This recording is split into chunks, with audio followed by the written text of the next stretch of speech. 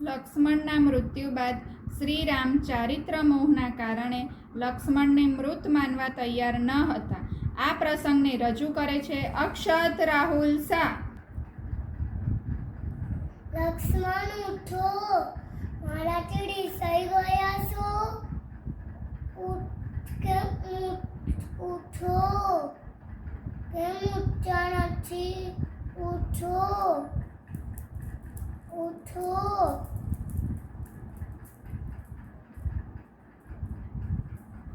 જય જિનેન્દ્ર. આમ શ્રીરામ મૃત લક્ષ્મણને રિસાઈ ગયા હોય તેમ સમજી તેમના તીવ્ર મોહમાં રાચતા હતા. પરંતુ હકીકતે જેમનો જન્મ થયો છે તેમનું મૃત્યુ નિશ્ચિત છે. આ મનુષ્ય શરીર પાણીના પરપોટા સમાન ક્ષણભંગુર છે. મિત્રો, આથી જ પોતાના પ્રિયજનો પ્રત્યે ચારિત્ર મોહ છોડી મોક્ષ માર્ગના પંથ પર ચાલવું જોઈએ. જય જિનેન્દ્ર.